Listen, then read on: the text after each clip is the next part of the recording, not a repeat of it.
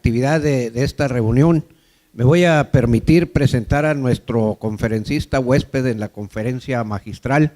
Es el contador público Mario Laborín Gómez, quien nació el 8 de febrero de 1952 aquí en Hermosillo. Es contador público por el Instituto Tecnológico y de Estudios Superiores de Monterrey y maestro en Administración de Empresas con especialidad en finanzas. Ha tenido varios logros, como la creación del primer grupo financiero privado después de la nacionalización bancaria y el diseño e instrumentación de la primera emisión de obligaciones convertibles y de otros instrumentos financieros en el mercado mexicano. Es actualmente presidente de ADB Capital, grupo financiero que incluye un banco y la mayor empresa independiente de servicios de cobranza en México. Es consejero internacional de Goldman Sachs y miembro del consejo de varias empresas públicas como Megacable, Vitro, CISA y Astrum. Ha sido miembro del Consejo de Administración de TV Azteca, Cervecería Cuauhtémoc, Bancomer, Bolsa Mexicana de Valores, Tecnológico de Monterrey, Gruma y Maseca. Antes de fundar ABC Capital, por invitación del presidente Calderón, fue ratificado para un segundo mandato como director general de Nacional Financiera y miembro del gabinete presidencial. Adicionalmente fue invitado a dirigir Bancomex al mismo tiempo.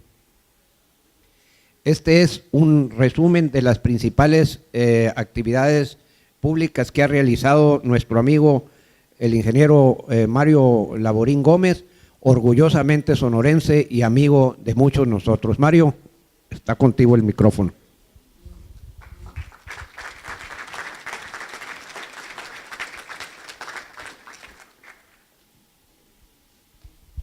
Muchas gracias.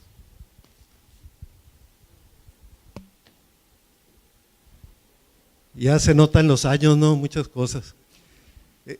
Miren, me pidieron que tratara de platicarles cómo veía el mundo, cómo veía los mercados emergentes, México, y luego cosas muy simples como qué opinaba el tipo de cambio, de la tasa de interés y qué iba a pasar con el tratado.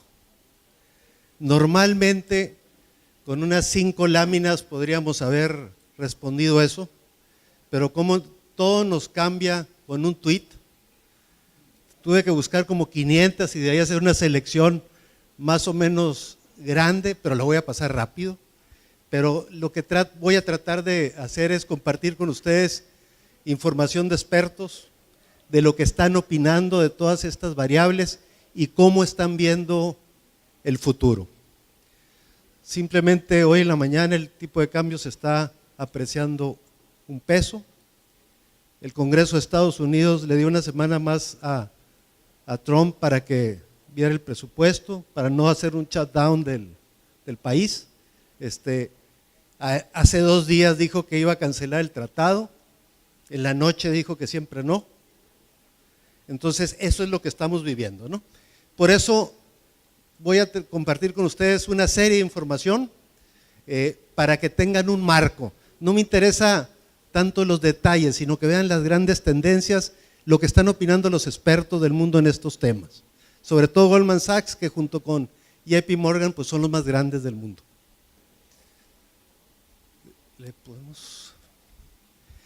Vamos a hablar primero de las tendencias globales, después países emergentes, México, la integración, o sea, el tratado, cómo lo estamos viendo, va a jalar, se puede cancelar.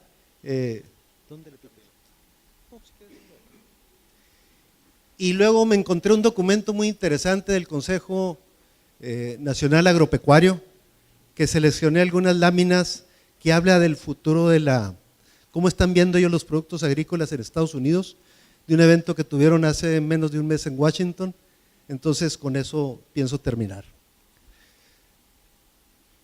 En general tuvimos un crecimiento en el mundo en el 2016 y esperamos que el mundo vuelva a crecer en el 2017 alrededor de 3,5%. Van a crecer más los emergentes, liderados sobre todo por China, India, todos esos, y los países, las economías más avanzadas, se están estimando cerca del 2% el crecimiento. Si vemos mucho del material que van a ver es de Goldman, si vemos algunas de las variables que vamos a vivir en el futuro, después de mucho tiempo de traer tasas de prácticamente cero en Estados Unidos y por lo tanto en todo el mundo, en Europa tasas negativas, en Japón tasas negativas de interés, lo que le llamaban el easing de la economía, inyectar mucha liquidez para echar a jalar una economía que se había caído. Ya empezamos a ver que cumplieron sus metas, sobre todo Estados Unidos, y esperamos una subida de tasas de aquí en adelante de ese tipo. De hecho, el FED del mercado está pronosticando que suban al 2 en el corto plazo, Goldman está pronosticando que suban al 3,5 para el 2019.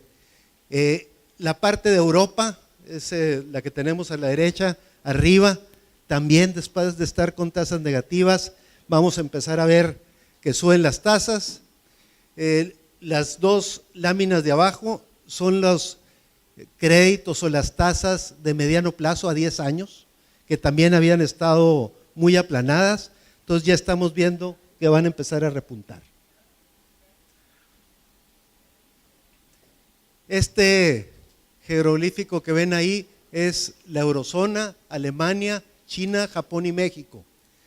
La actividad manufacturera y de servicios que había estado pues mucho tiempo parada, empezó a funcionar, ven esas gráficas, esas líneas, empezó a jalar bien.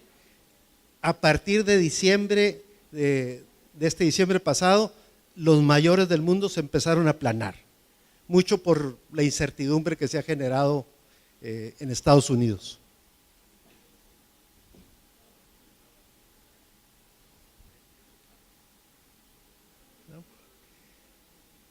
Estos son, la primera lámina es el mundo se espera que crezca alrededor del 3,5%, como les decía. Estados Unidos espera que crezca, estamos hablando de 2017-2018, el orden del 2%, la zona del euro, Europa, el 1,5%, o sea, todavía está batallando, sobre todo países como Italia. Tenemos Japón con crecimientos de alrededor del 1%, Inglaterra, después de que se salió de la zona del euro, que ya empieza su proceso de la zona comercial, se esperan crecimientos de alrededor del 1,5%, un poquito más. Algo importante y que trae a los mercados vueltos locos y que puede ser una muy buena noticia es la política fiscal de Estados Unidos. Una de las grandes promesas de Trump es bajar los impuestos a las corporaciones, a los individuos. Y si vemos cómo está Estados Unidos, que es la línea negra, Estados Unidos se pagan más impuestos que en los 10 países más importantes del mundo. Entonces, las dos láminas de abajo, eso es un promedio simple y un promedio compuesto, pero al final esa gráfica nos dice que si Estados Unidos paga más impuesto, eso lo hace menos competitivo para atraer empresas al país, por eso muchas empresas se van para afuera, y está en una campaña muy fuerte el ahora presidente de Estados Unidos para bajar estos impuestos. Hemos vivido en los últimos años, las gráficas son del 2000 para acá, algo que en inglés se dice stagflation, en español estanflación, yo nunca la había oído la verdad, pero eso es cuando tenemos bajo crecimiento con inflación, que eso es veneno, ¿verdad? Es algo que hay que jugar un rato con liquidez, pero no puedes quedarte eternamente porque te vas al peor de los mundos, ¿no? Entonces por eso ahorita los países liderados por Estados Unidos están empezando a recuperar esa liquidez y quitar ese efecto, ¿no? Y ha ido funcionando, la inflación está repuntando en todos lados, en Estados Unidos pues ya llegaron a su objetivo de 2%, en México se nos ha salido la inflación por varias cosas, entre otras la energía, y traemos algo de inflación reprimida, y tenemos en la eurozona también todavía batallando para llegar a su nivel de 2%, que se supone que es un nivel bueno para crecer de manera sana. La Fed de Estados Unidos cumplió con su objetivo. Por un lado ya trae la inflación en el 2%, por otro lado ya bajó la tasa de desempleo por abajo del 5%, y eso explica por qué la política ya está empezándose a mover y las tasas están empezando a subir.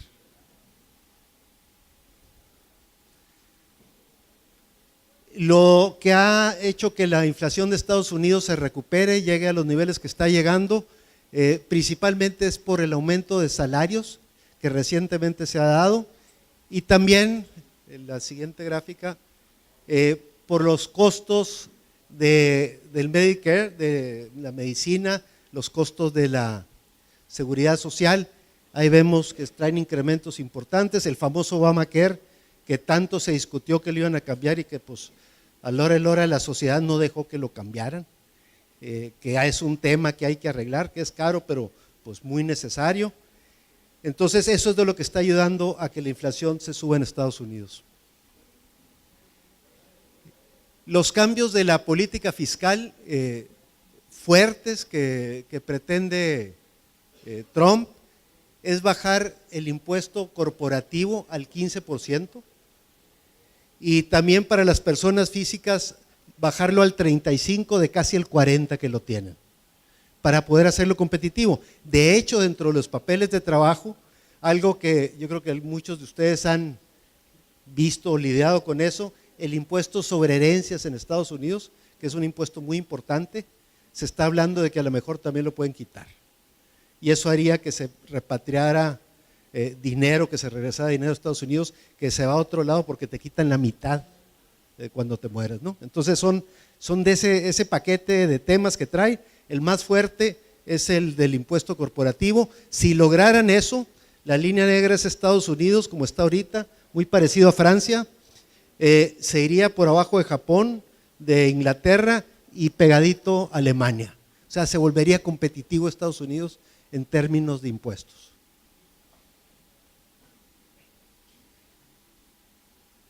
El mercado lo que nos está indicando con el trading diario es que la política monetaria se está sacando la liquidez, se están moviendo las tasas.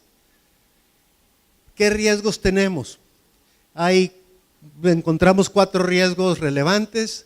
Uno es que se empiecen a subir las tarifas comerciales. Acuérdense el famoso impuesto ese que querían meter de la importación, que ya le están dando para atrás, sigue un poco en la mesa, pero ya el Congreso paró eso. Si hubiera una drástica reducción de inmigración, eso le afectaría de manera muy importante a Estados Unidos. Europa del Sur sigue sin funcionar, sobre todo en lugares como Italia. Tenemos algunos casos en España donde hay un desempleo del 20% en los jóvenes. Todavía tenemos problemas en varias partes de Europa.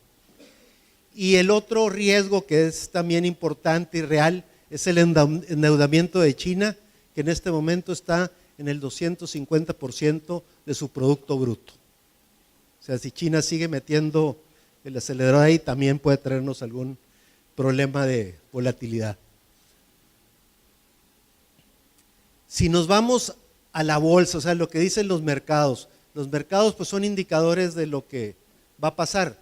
Si la gente cree que va a funcionar la economía, que van a funcionar las empresas, pues se ponen a comprar acciones. Si creen que no van a funcionar, meten su dinero al banco a ganar intereses, ¿no? Eso es los dos grandes cosas económicas que pasan. Estamos ahorita en el segundo ciclo bull más largo de la historia. A los mercados se le llama bull o toro cuando van para arriba, y oso o bear cuando va para abajo. Esas son las gráficas desde 1949. Eso que está oscuro son los mercados bull, toro, es que han estado subiendo. Ahorita traemos un mercado, la bolsa ha estado subiendo por 8 años seguidos, después de la caída que tuvimos. Es el segundo más largo de los últimos 70 años. El ciclo alcista promedio es de 184%, este ya lleva una utilidad de 249%. O sea, hay negocios mejores como sembrar uva, pero si les sobraba lana aquí podían haber ganado algo, ¿no?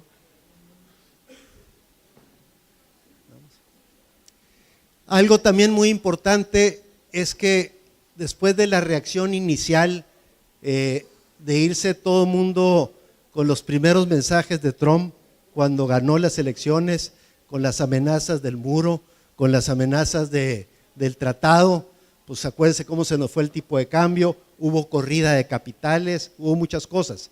Eso ya se está normalizando. Ahí tenemos a México, está en la cuarta línea, donde tenemos que hay mucho dinero, ya prácticamente lo mismo que había antes de extranjeros depositados en pesos. Entonces esa es una señal de confianza muy importante y que ya las aguas se están calmando. Este es un cuadro por regiones. Estados Unidos se espera que crezca entre el 2017 y 2018 en los 2% bajos, Japón en el 1%, la zona euro alrededor del 1.6%, Inglaterra 1.3%, China sigue creciendo al 6%, India sigue creciendo en 7 saltos,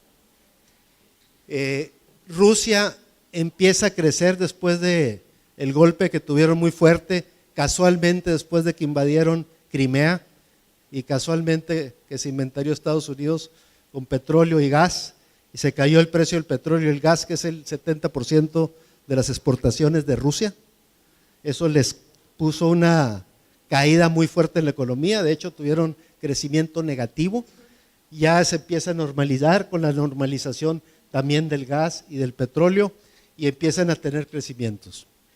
Y el mundo se espera alrededor de los 3,5. México se espera el año que entra que crezca 2.6, este año, perdón. Yéndonos a los países emergentes, vemos que el flujo de divisas hacia las economías llamadas emergentes fue positivo a principios de 2017. Hay una pequeña, como 3 triangulitos ahí al principio de la gráfica, donde se ve que ya está regresando el dinero a los países emergentes, después que tuvimos en el 2008 y 2015 caídas importantes y un par de años buenos por ahí. Ya está otra vez regresando el dinero.